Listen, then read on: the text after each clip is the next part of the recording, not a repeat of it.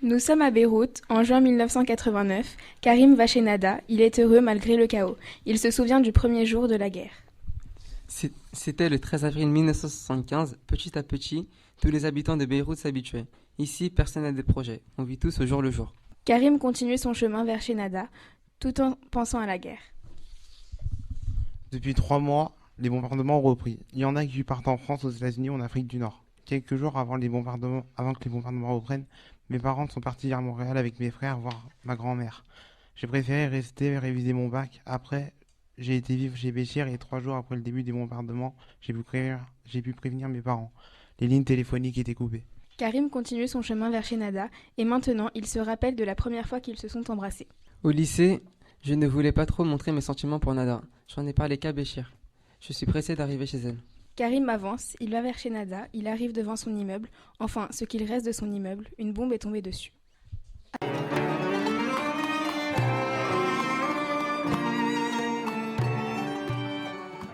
Alors que Karim rend visite à Nada, il découvre l'immeuble de Nada complètement détruit. Déboussolé, il cherche signe de vie, mais rien. Tu cherches qui, toi? Nada. Elle est morte. Sans faire transparaître ses sentiments. T'es l'amoureux de Nada? Oui. Maha fit demi-tour et commença à s'éloigner. C'est alors qu'il l'interpella et lui demanda. Qu'est-ce qui s'est passé? Nada et mes parents ont voulu descendre ma tante dans la cave. Mais à ce moment-là, l'immeuble s'est écroulé et ils sont morts. Seul moi et mon frère ont survécu. Maha termina son histoire. Ils étaient à présent devant un immeuble qui avait été relativement épargné par les bombardements où se trouvait une cave. Karim suiva sans réfléchir, abasourdi de ce qu'il venait d'apprendre. Elle a aucun sentiment, cette petite. Sa famille est morte et elles sont contre fous. Dommage que la mort n'ait pas épargné Nada. Elle était si gentille et bien élevée. Madame Farah ne s'arrêtant de médire sur Maha. Elle n'a pas de cœur, c'est de la mauvaise graine. Karim, après tous ces événements, il s'endorma en pleurant.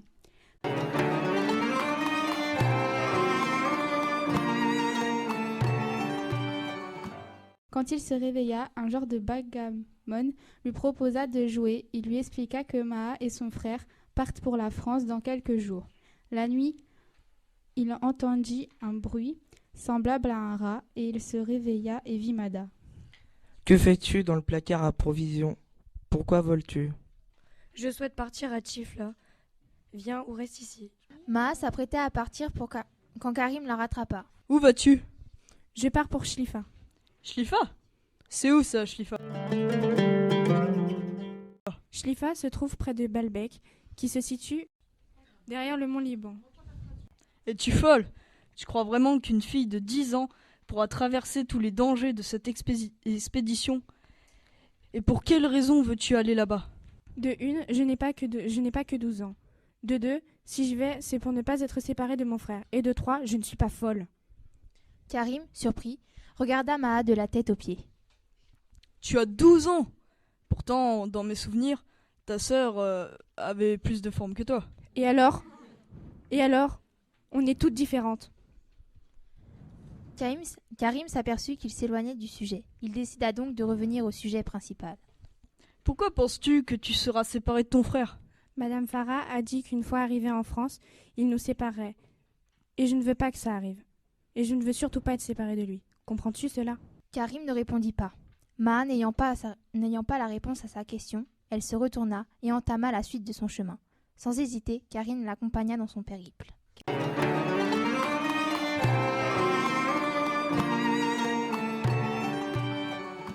Quelques heures plus tard, pendant qu'ils attendent le bon moment pour passer la ligne verte, Karim s'interroge sur le but de son expédition.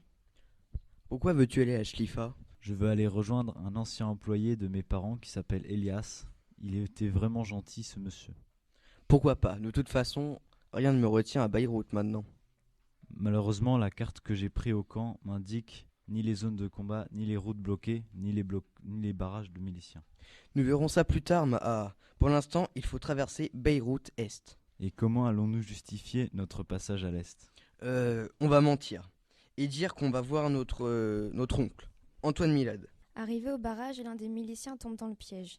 Ils réussissent à rejoindre ce fameux Oncle Antoine! s'exclame Karim.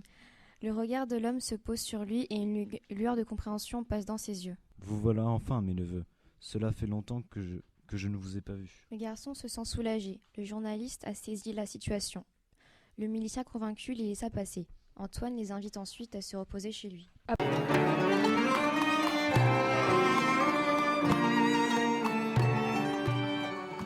Après avoir dormi chez Antoine Milad, Maha vient de se réveiller. Elle va le rejoindre. Quelles sont ces cartes postales accrochées au mur?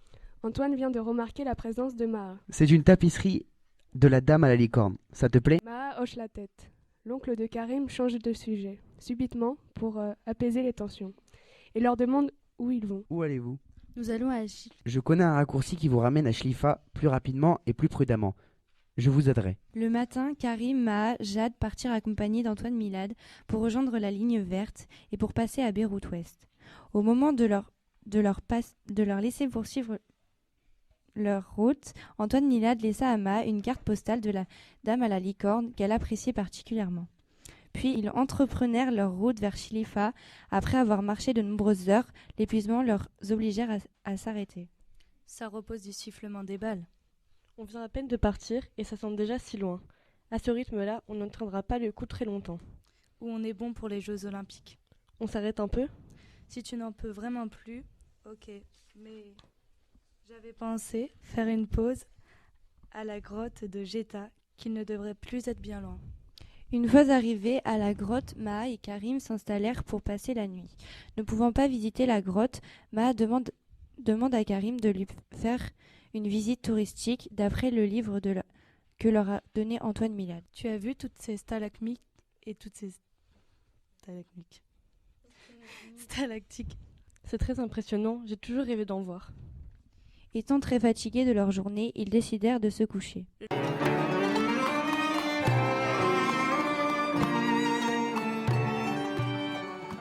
Le lendemain matin, Karim et Maha se réveillèrent et découvrirent, à leur grande surprise, un magnifique paysage. Après avoir rempli la gourde et rincé les couches, Maha remonte et découvre que Karim lui a préparé le petit déjeuner. Tu as eu le temps de préparer le lait et de faire les tartines? Nada avait raison, tu es vraiment parfait. Après cette phrase, j'ai pensé à ça toute la journée. Que pensait Nada? Qui était-elle? M'aimait-elle vraiment? Après avoir marché un peu, il contemple un coucher de soleil. Et toi? Penses-tu à prier 5 fois par jour en te prosternant en direction de la Mecque? 5 fois non, ça fait beaucoup, tu ne trouves pas? C'est pourtant l'un des 5 piliers de l'islam. Karim me pose une question auquel je ne sais quoi répondre. Bien sûr que je suis une bonne musulmane. Je prie régulièrement, je jeûne pendant le ramadan. Est-il lui pour autant un bon musulman? Après avoir discuté quelque temps de leur religion, ils décident de se remettre en marche en direction des montagnes. Maha et moi sommes arrêtés devant des ruines d'une splendeur magnifique. La nuit est tombée, Karim et Maha se sont installés dans des ruines et vont camper là-bas. Nada t'a parlé de moi? Ça fait 2 fois que tu me dis qu'elle parlait de moi comme un jeune homme parfait.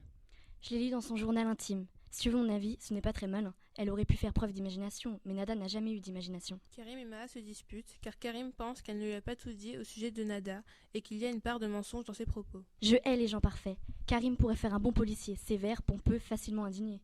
Je ne comprends pas Maha. Ce serait idiot de poursuivre ce voyage en se boudant.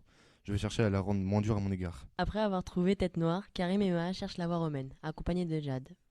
Si on traversait les montagnes ici, tu crois qu'on arriverait à Shlifa? Peut-être, mais on ne peut pas traverser n'importe où. Tu as vu toute la neige, il faut trouver un chemin praticable et la voie romaine est certainement plus sûre qu'un sentier que l'on ouvrirait nous-mêmes. Karim, Maha et Jade arrivèrent à la fin de la vallée. C'est ça, Afka? Admets que le paysage vaut le coup. T'as vu le torrent en bas de la falaise, cette vallée qui se ferait un passage jusqu'à la mer, ces villages accrochés ici et là, aux pitons rocheux, toute cette luxuriante végétation qui brille dans les feux du couchant. Ces fleurs rouges, c'est quoi à ton avis? C'est des anémones. Comment tu sais? Né des amours incestueuses de Cinyras, roi de Chypre, avec sa fille Myra, Adonis était d'une beauté si extraordinaire qu'Aphrodite s'en éprit. Un jour qu'il chassait dans les forêts du Liban, un sanglier envoyé par Mars, jaloux, qui était peut-être Mars, le chargea mortellement. Avertie du malheur, la déesse se lança à sa recherche. Parcourut pleure la montagne, trouva son amant, le soigna, mais ne peut l'arracher à une mort trop humaine. Sous ces ombrages d'Afka, où ils s'aimèrent pour la première fois, Adonis et Aphrodite échangèrent un dernier baiser. Du sang du jeune dieu, répandu sur la prairie, jaillissait des anémones. C'est fabuleux que des dieux se soient aimés ici. Si on passe la nuit au bord de la voie romaine, on arrivera à Shlifa demain. Karim et Maha s'essoufflent rapidement à monter, descendre et éviter les trous et les ronces. J'ai peur de me faire repérer à cause de la lumière. Bah étant là. Karim, c'est la vallée là? Il me semble que oui. Karim et Maha sont heureux.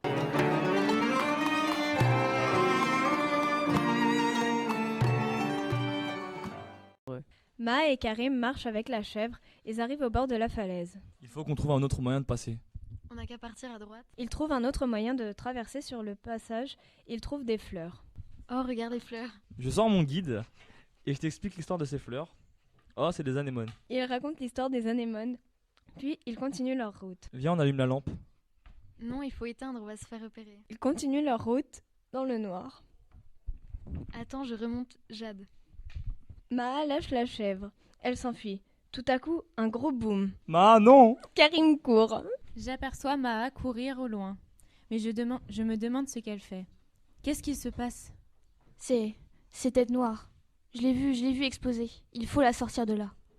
Arrête de courir. Tu es complètement folle ou quoi? On est sur un véritable champ de mine. Tu veux la rejoindre? Elle est morte. Tu ne peux rien pour elle. Mais tu comprends pas. Il faut que j'aille la chercher. Il faut que j'y aille. Il faut que je l'enterre. Lâche-moi. Aïe! Mais c'est une bête, tu comprends? J'ai pas envie que tu risques ta vie. Viens, je ne veux pas qu'il nous voie. Ça prend combien de temps entre la vie et la mort? Elle était vivante puis rien, plus rien, éclatée. Pour la première fois, je l'aimais. Je l'ai vue toute sa beauté. J'ai été jalouse, tu comprends? Jalouse d'une morte.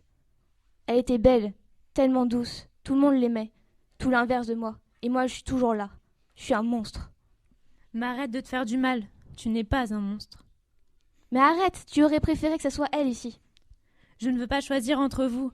Je voudrais que vous soyez vivantes, toutes les deux. Écoute, tu es courageuse, débrouillarde et intelligente. Ce n'est pas de ta faute. Arrête, calme-toi. Elle est partie, comme mes parents. Je n'ai même pas pu leur dire je t'aime. Je la prends dans mes bras pour la réconforter. Elle est si fragile. Karim fait un rêve troublant et délicieux. Lorsqu'en se réveillant, il découvrit que son rêve était réel.